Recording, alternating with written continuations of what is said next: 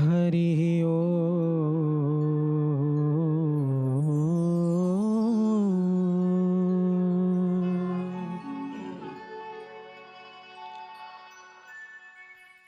वक्रतुंड महाकाय सूर्यकोटि समप्रभ निर्विघ्नं कुरु मे देव सर्वकार्येषु सर्वदा सर्वमंगलमांगल्ये शिवे सर्वार्थसाधिके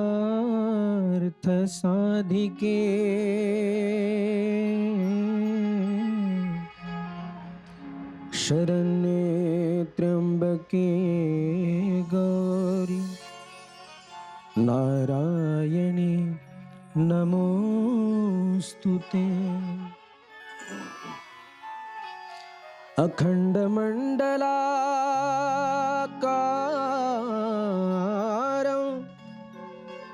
व्याप्तं येन चराचरं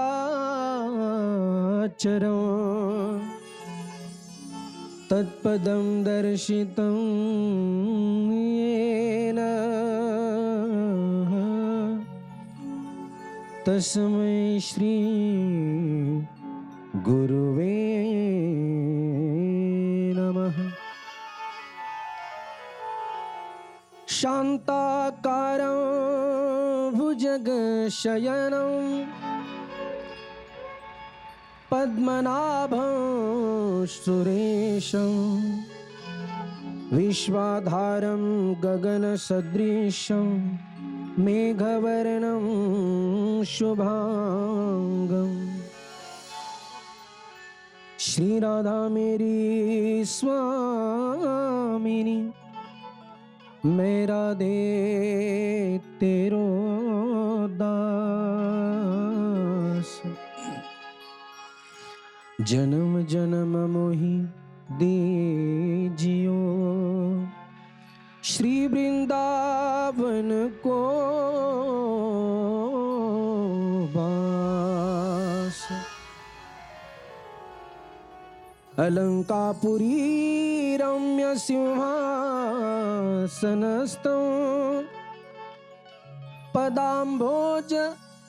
पदाम्भोज तेजस स्फुरदिक् प्रदेशं विधीन्द्रादिदेवै सदा स्तूयमानं समाधिस्थमूर्तिं भजे ज्ञानदेवम्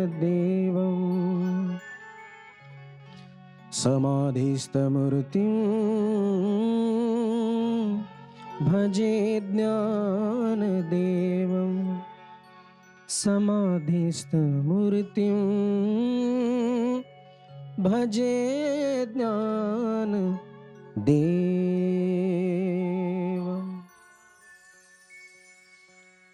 हरे राम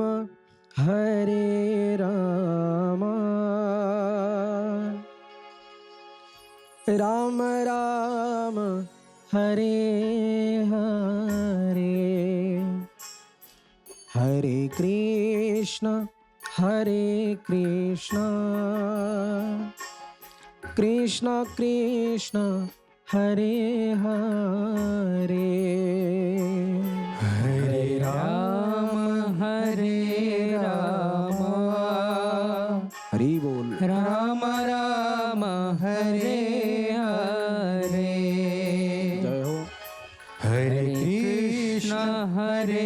कृष्ण कृष्ण कृष्ण हरे हरे। जय जय श्री राधे जय जय श्री राधे जय जय श्री राधे श्याम।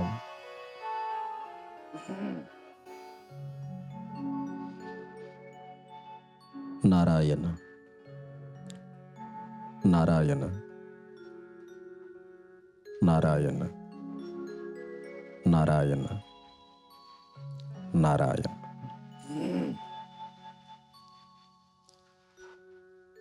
परम मंगलमय परात्पर अखिलेश्वर, अकारण करुणावरुणालय, भक्त वांछा कल्पतरू श्री ताडीदूत विनिंदिती पीतांबरधारी, नंदनंदन आनंद कंद ब्रिज चंद इष्टदेव श्यामाश्याम, माझ्या बालकृष्ण भगवंताची वाङ्मयी प्रतिस्वरूपा श्रीमद भागवत महापुराण सप्ताह श्रवण विधी कुमारी तत्र भाषितः। आज या सप्ताह श्रवण विधीमध्ये आम्ही अनुष्ठित आहोत, अर्थात या अनुष्ठानामध्ये बसलोय, विराजमान आहोत। श्रीमद भागवत कथेचा आम्ही रसपान करतोय, भागवत कथा सेवन करतोय, श्रीमद भागवत कथेचा आनंद घेतो।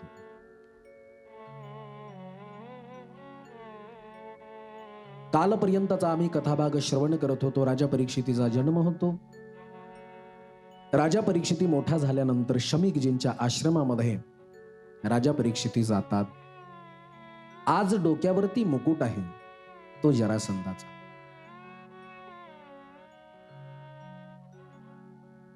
आणि जरासंधाचा मुकुट हा सोन्याचा आहे, हिरे माणिक मोती त्यांनी सुशोभित आहे। जरासंधा पापी होता, वाईट होता। आणि भीमदादांनी जेव्हा जरासंधाला मारलं, तो मुकुट आपल्या धनकोशामध्ये ठेवलाय। परीक्षिती आज पाहतो, बघा, जरासंधाचा मुकुट धारण करणं, आज ही भावना निर्माण होणं, हाही कलियुगाचाच प्रभाव आहे।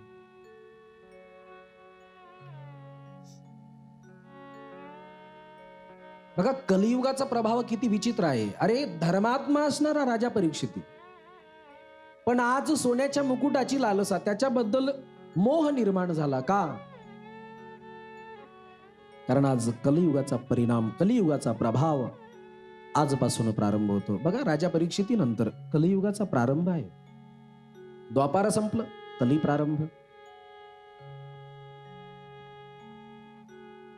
म्हणून आज राजा परीक्षिती जेव्हा शिकारी करिता निघाला, बघा, आणखी एक राजा परीक्षिती पांडवाचा पौत्रज होता। राजा परीक्षिती कधी शिकार करत नव्हता, परंतु आज शिकार करण्याचं मनामध्ये यावं, याचा अर्थ हाही कलियुगाचाच परिणाम आहे। आज राजा परीक्षिती जेव्हा शिकारी करिता निघाला, बघा, आणखी एक राजा परीक्षिती पांडवाचा पौत्रज होता। राजा परीक्षिती कधी शिकार करत नव्हता, परंतु आज शिकार करण्याचं मनामध्ये यावं, याचा अर्थ हाही कलियुगाचाच परिणाम आहे। आज निघालेला तर आहे, जात असताना थोडासा दूरवरती जातो।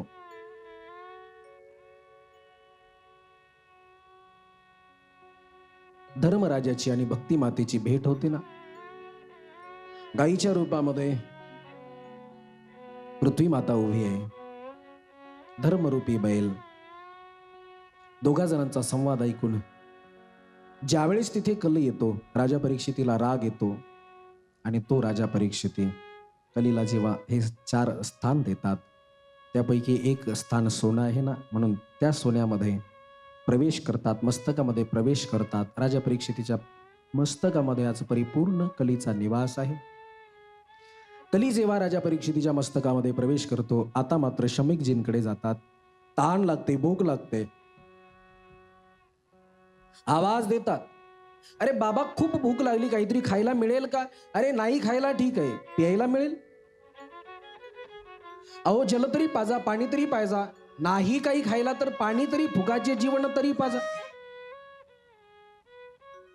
परंतु शमीक बसलेले असताना, समाधीमध्ये बसलेला महात्मा, कोण आलंय कोण गेलंय माहिती नाही।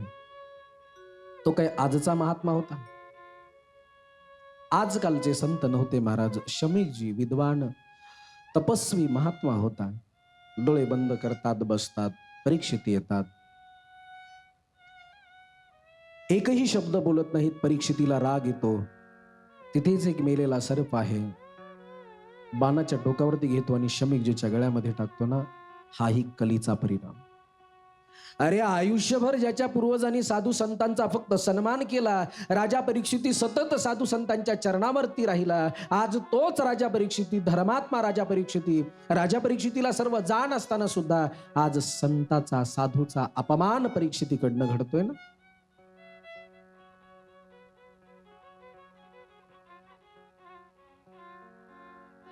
शमीकजीच्या गळ्यामध्ये मेलेला सर्प आहे, शमीकजींचा मुलगा. त्यांना काही छोटे छोटे बालमित्र सांगतात, ऋषीपुत्र सांगतात. शृंगीला राग येतो, शृंगी कमंडलू मधलं पाणी हातामध्ये घेतो आणि संकल्प सोडतोय, अरे ज्या कोणी उन्मत्त राजाने माझ्या पित्याचा अपमान केला त्या राजाला 7 दिवसामध्ये याच सापाचा पूर्वज नाम तक्षक नावाचा सर्प येऊन दंश करेल आणि हा राजा 7 दिवसामध्ये गतप्राण होईल. मेरे नाथ, हा श्राप मिळतो. परीक्षिती आपल्या राज्यामध्ये परत येतात, डोक्यावरचा मुकुट खाली उतरवतात. बघा, ज्या वेळेस परीक्षितीच्या डोक्यावरचा मुकुट खाली उतरवला जातो, जो मस्तकामधला कली आहे ना, तो आज बाहेर येतो. कारण सुवर्ण ही जागा दिली ना. मी काल मागच्या भागामध्ये तुम्हाला 5 स्थानं सांगितली. कुठली? द्यूतम, पानम, स्त्रिय, सुना.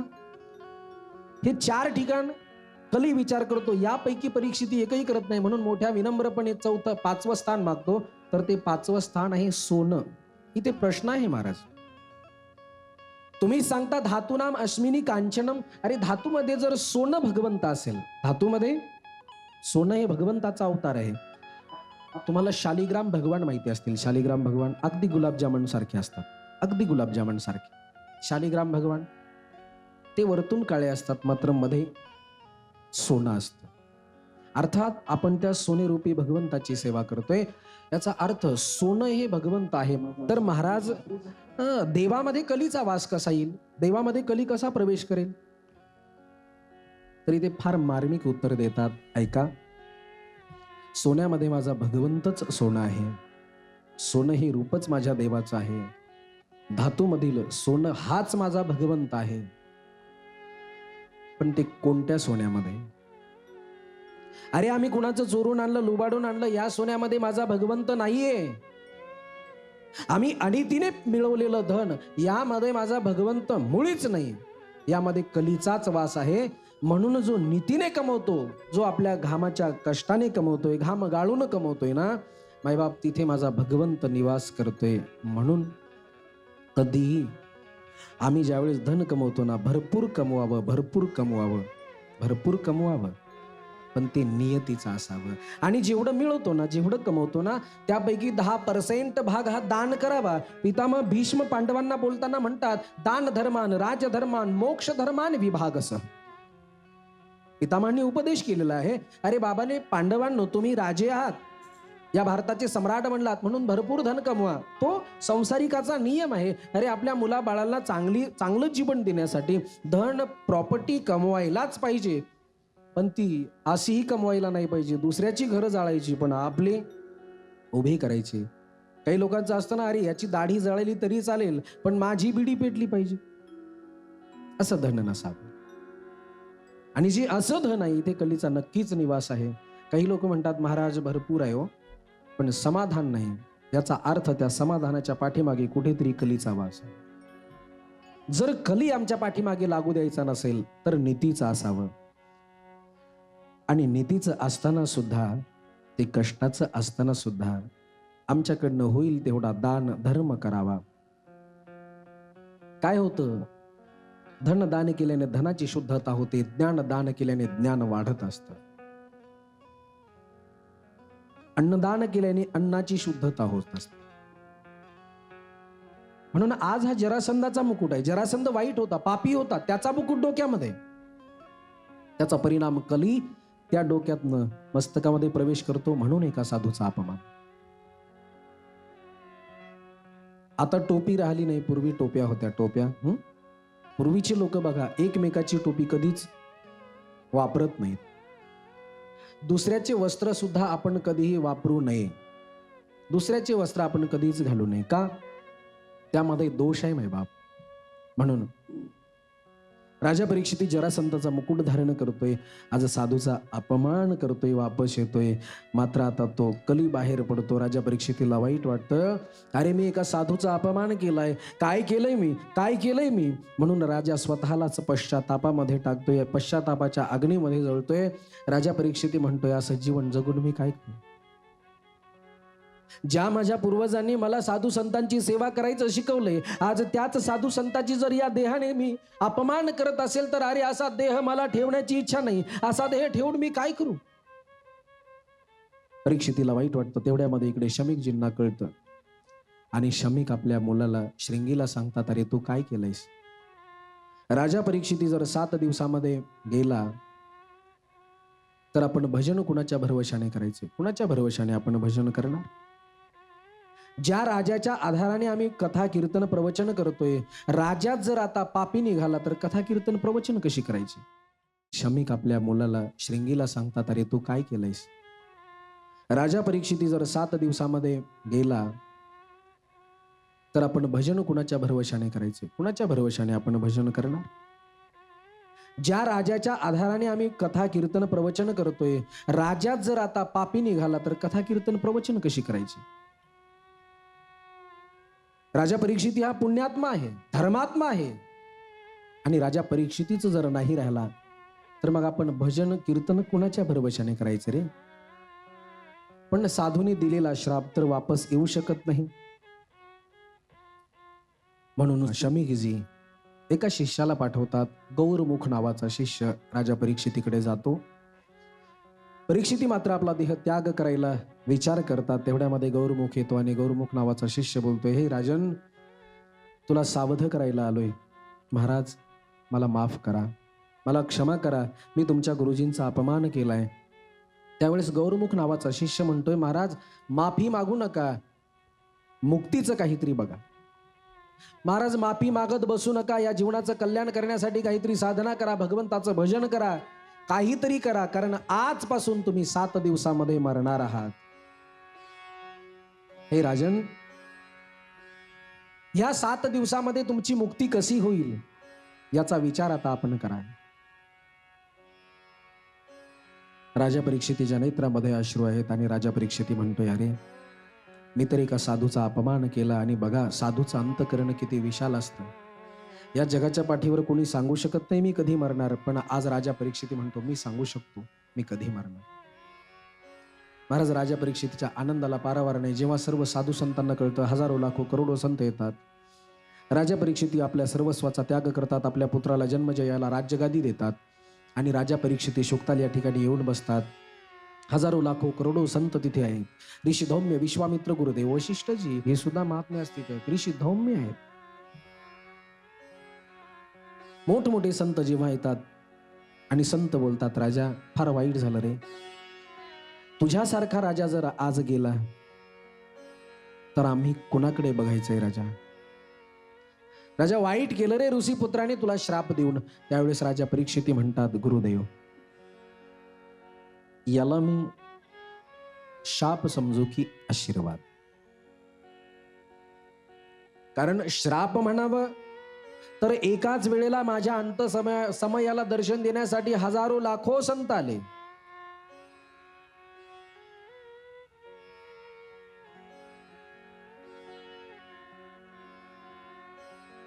आणि आशीर्वाद म्हणावं तर मी 7 दिवसामध्ये मरणार.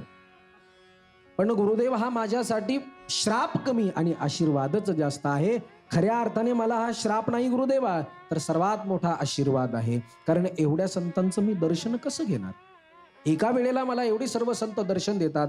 आयुष्यभर जरी मी प्रयत्न केला असता तरी मला दर्शन झालं नसतं, जे एकत्रित सर्व संत दर्शन देतात. हे गुरुदेव, मला माहिती आहे, माझ्या पूर्वजांनी सांगितलंय, संत का क्षण, लक्षपूर्वक ऐका, संत का क्षण और अन्न का कण उसे कभी बर्बाद नहीं करना चाहिए. कारण महाराज आमचा अन्न कोठा, आमचा अन्न कोश हे ठरलेला आहे बरं. मग आज जेवढा आम्ही त्याचा नायनाट करतोय, आज जेवढा नाश करतोय, तेवढा अन्न कोश आमचा कमी होतो. प्रत्येकाचं ठरलेलं आहे, प्रत्येकाचं ठरलेलं आहे. कोणी कोणाला इथे दुःखही देत नाही आणि कोणी कोणाला आनंदही देत नाही. जो तो आपल्या कर्माची उपभोग भोगतो. आम्हाला वाटतं फक्त.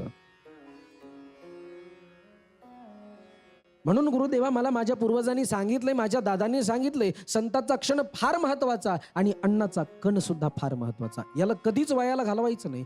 म्हणून गुरुदेवा मला सांगा, माझ्याकडे वेळ फार कमी आहे. एकच माझा प्रश्न, लवकर मरणाऱ्याला काय करावं लागेल? माझ्या मुक्तीचा काहीतरी उपाय सांगा. महाराज तिथे अनेक संत आहेत, प्रत्येक जण उपाय सांगतोय. हे राजन एक काम कर ना, राजा तू एक काम कर, गळाभर पाण्यामध्ये जा, गंगेमध्ये उभा राहा आणि देवाचं भजन कर. दुसरा म्हणला, ए बाबा त्याच्याकडे 7 दिवस आहेत, 7 दिवस. किती दिवस गंगेमध्ये उभा राहिला म्हणजे मुक्ती होईल? तिसरा म्हणतो, हा हे बी सही आहे. नाही नाही राजा, तू गीतेचा पाठ कर.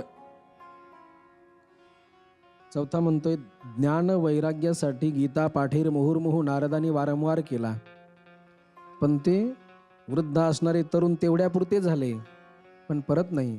त्याचा अर्थ गीता उद्धरू शकत नाही, तारू शकते. महाराज महत्व कमी आहे? मुळीच नाही. परंतु भागवत सांगायचं होतं ना, भागवताची महती जगासमोर मांडायची होती ना, म्हणून केलेली लीला.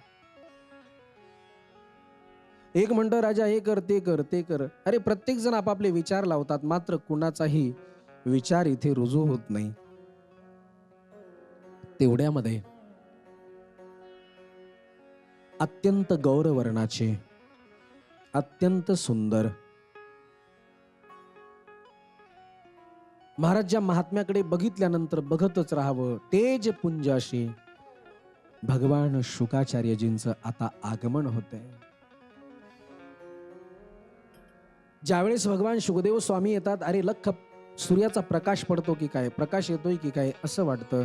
तेजपुंज असणारा महात्मा आज शुकदेव स्वामींच्या लक्षात येतं, पांडवाच्या ऋणातनं उत्तीर्ण होण्याचा माझ्याकडे चान्स आहे. कारण शुकाचार्यांनी पांडवाच्या यज्ञामधला एक अन्नाचा कण खाल्ला होता आणि राजा परीक्षिती हा पांडवाचा पौत्रज आहे, पूर्वज आहे, त्याच वंशामधला आहे.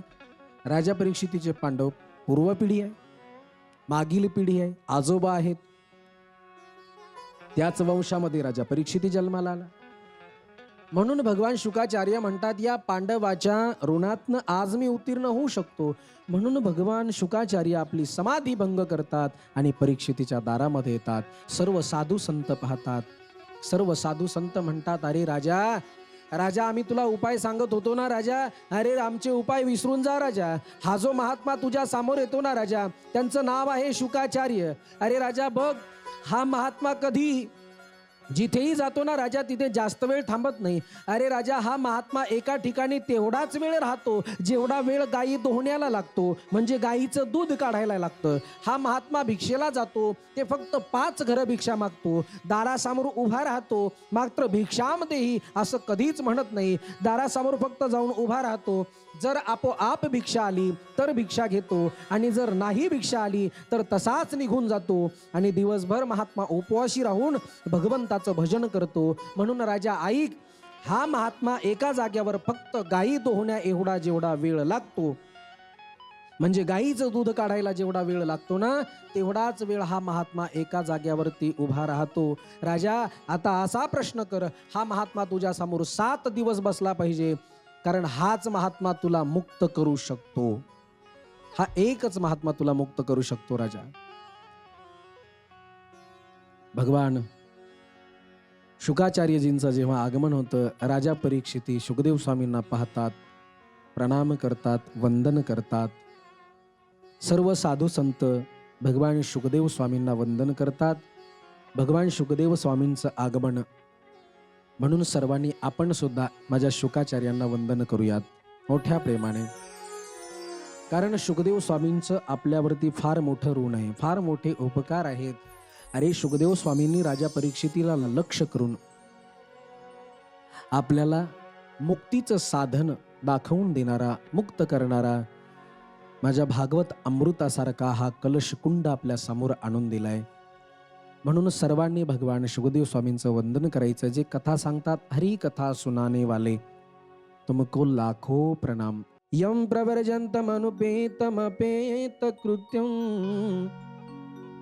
द्वैपायनो विरह का तर आजुहाव. पुत्रेति तन्मयतया तरवोऽभिनेदुस् स्तम सर्वभूत हृदयं मुनिमानतोऽस्मि. बोले शुकदेव भगवान की जय. शुकदेव भगवान की जय. शुकदेव भगवान की जय.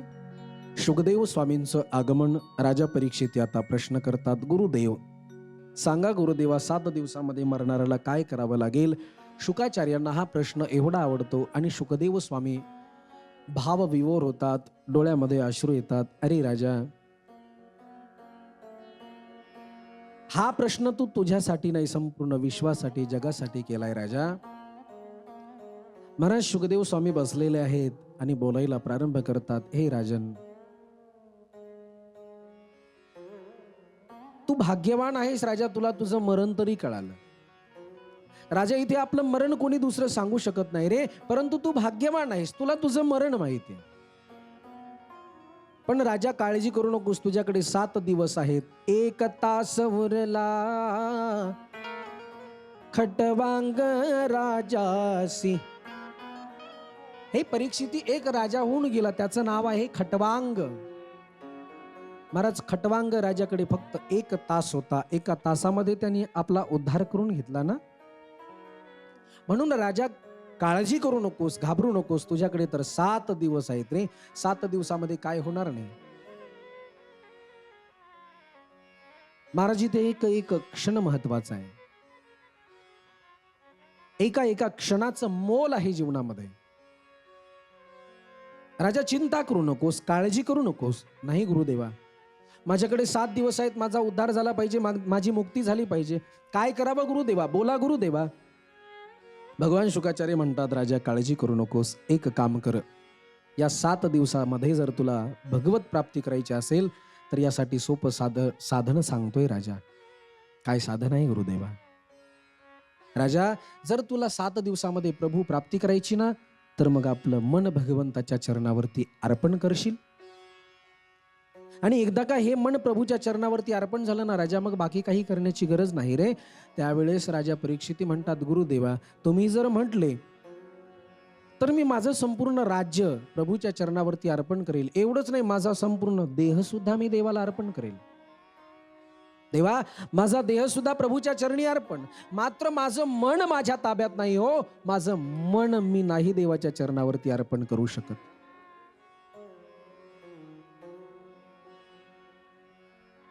कारण राजा परीक्षिती म्हणतात, हे मन फार चंचल आहे. किती चंचल आहे हे मन. आपलं ताब्यात आहे? मन कुणाचंच ताब्यात नाही, कुणाचंच नाही. कारण गीतेमध्ये अर्जुन म्हणतात, प्रभू चंचल मन कृष्ण. देवा, माझं मन चंचल आहे रे. माझं मन माझ्याच ताब्यात नाही. मी देवाच्या चरणावरती कसं अर्पण करणार? एक भगत बोलतात, एक भगत श्रीजींना म्हणतात, जितासनो जित श्वासो जित संगो जितेंद्रिय स्तुले भगवते रूपे मन संधार ए धिया. राजा, जितासनो जित श्वासो जित संगो जितेंद्रिय स्तुले भगवते रूपे मन संधार ए धिया. ह्या 4 गोष्टीचं जर एकत्रीकरण केलं ना राजा, आपलं मन ताब्यात येतं. कोणत्या 4 गोष्टी? आसनावरती विजय मिळवावा. आसन बघा भक्तीची पहिली पायरी आहे, साधनेची पहिली पायरी आहे साधना. माणसाने आसनावरती विजय मिळवावा, हे मन ताब्यात आणण्याकरिता. आसनावरती विजय म्हणजे आज मी आपल्या समोर कथा सांगायला बसलोय, कथा करतोय. मी मांडी घालून आपल्या समोर बसलो. मग ज्यावेळेस आपण असं साधनेला बसतो किंवा कथेला बसतो, कथेचा नियम आहे 3 तास 6 तास जे काही असेल, मी एकदा ज्या आसनावरती बसलो माझं आसन बदलता कामा नये. आणि मला तरी असं वाटतं मी एकदा बसल्यानंतर माझं आसन कधीही बदलत नाही, कधीच बदलत नाही. हे सामर्थ्य कुठल्या महाराजाचं नाही, हे सामर्थ्य व्यासपीठाचं आहे. हे सामर्थ्य कदाचित साधनेचं आहे. म्हणून या आसनावरती जर विजय मिळवायचा असेल ना, यासाठी एक उपाय आहे. काय उपाय आहे?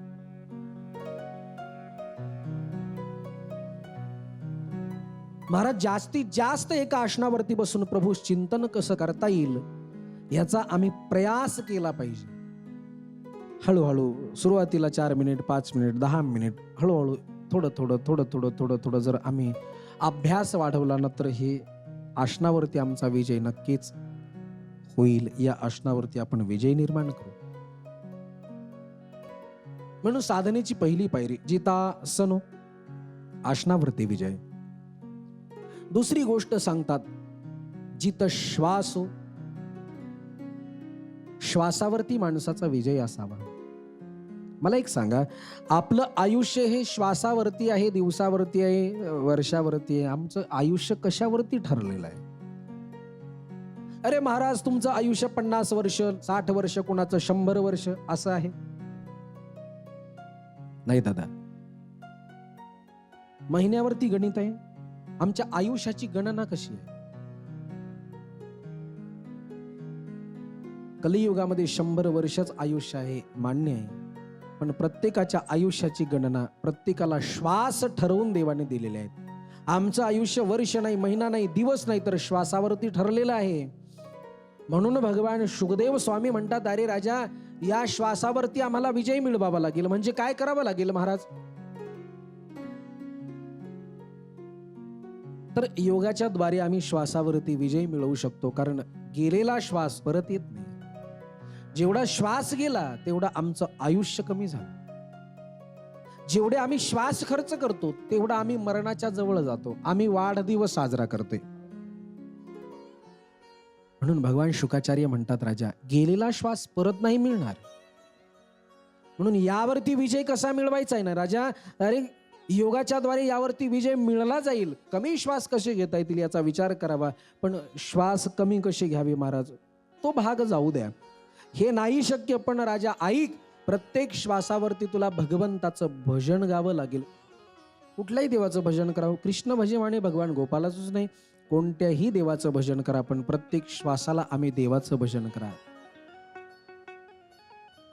त्यांनी काय होईल महाराज? सवय लागेल आमच्या मनाला, आमचं मन ताब्यात येईल.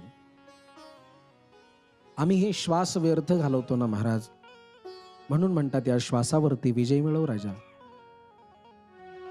सांसों की माला पे सिमरू में,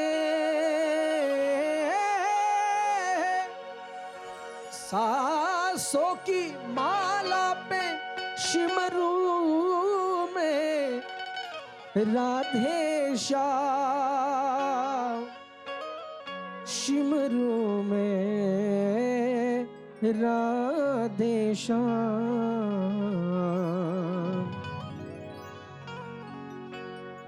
अपने मन की मैं जानूं और पी के मन की राम. सांसों की माला पे सिमरू में सीताराम. सांसों की माला पे सिमरू में, राधे श्याम, राधे श्याम, राधे श्याम, राधे श्याम, राधे श्याम. सांसों की माला पे सिमरू में सीताराम. जीवन की हर सांस पे लिख दे श्याम प्रभु का नाम. भावो भरी सास की माला, भावो भाव भरे श्वास की माला, स्वीकार करेंगे श्याम, स्वीकार करेंगे श्याम। श्वासों का बना के हार प्रभु को चढ़ा दे। राजा श्वासांचा हार बनवून प्रभूच्या चरणावरती अर्पण कर। काय होईल? अरे प्रत्येक श्वासाला कृष्ण भजन जर गाशील ना, भगवंताचं भजन करशील ना राजा, मन ताब्यात येईल। और तीसरी बात कहते हैं, जितासनो जित श्वासो जित संगो, महाराज संग चांगल्याचा करावा, जशी संगती तशी पंगती, म्हणून संग हा चांगल्याचा करावा। आज आपण याच ठिकाणी थांबूयात। सर्वांनी मोठ्या प्रेमाने फक्त जयघोष करा आणि आपल्या वाणीला विराम देऊयात। बोलिए भक्तवत्सल भगवान की जय, गोपाल कृष्ण भगवान की जय, श्रीमद् भागवत महापुराण की जय। जय जय श्री राधे, जय जय श्री राधे, जय जय श्री राधे। श्याम।